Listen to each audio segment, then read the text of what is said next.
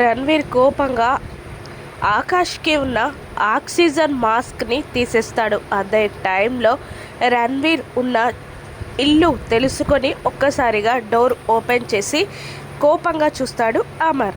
Akash bed పైన పడుకొని ఉండగా రణ్వీర్ పక్కనే ఉండడం ఆకాష్కి ఆక్సిజన్ మాస్క్ తీసేయడంతో కోపంతో ఉగ్రరూపం దాల్చి ఊగిపోతాడు అమర్.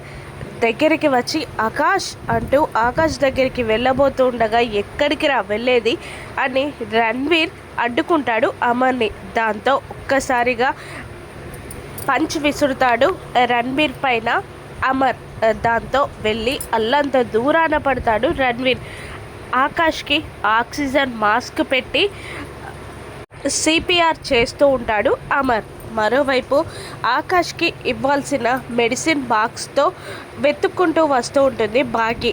అక్కడున్న ఎస్ఐ అదిగోండి ఆ ఇంట్లో నుండి అరుపులు వినబడుతున్నాయి అనడంతో రాథోడ్, భాగి, ఆ ఇన్స్పెక్టర్ ఆ మెడిసిన్తో అదే ఇంట్లోకి వస్తూ ఉంటారు. మరోవైపు ఆకాష్ని బ్రతికించాలని ప్రయత్నం చేస్తున్న అమర్పై మళ్ళీ దాడి చేస్తాడు రణ్వీర్.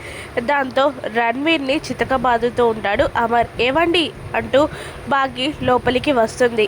రణ్వీర్ని కొడుతున్న అమర్ని చూస్తుంది భాగి.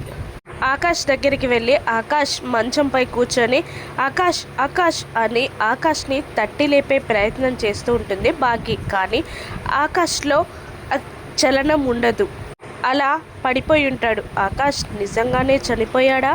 భాగి ఇంజెక్షన్ వేస్తుందా? ఆ ఇంజెక్షన్తో ఆకాష్ బ్రతుకుతాడా?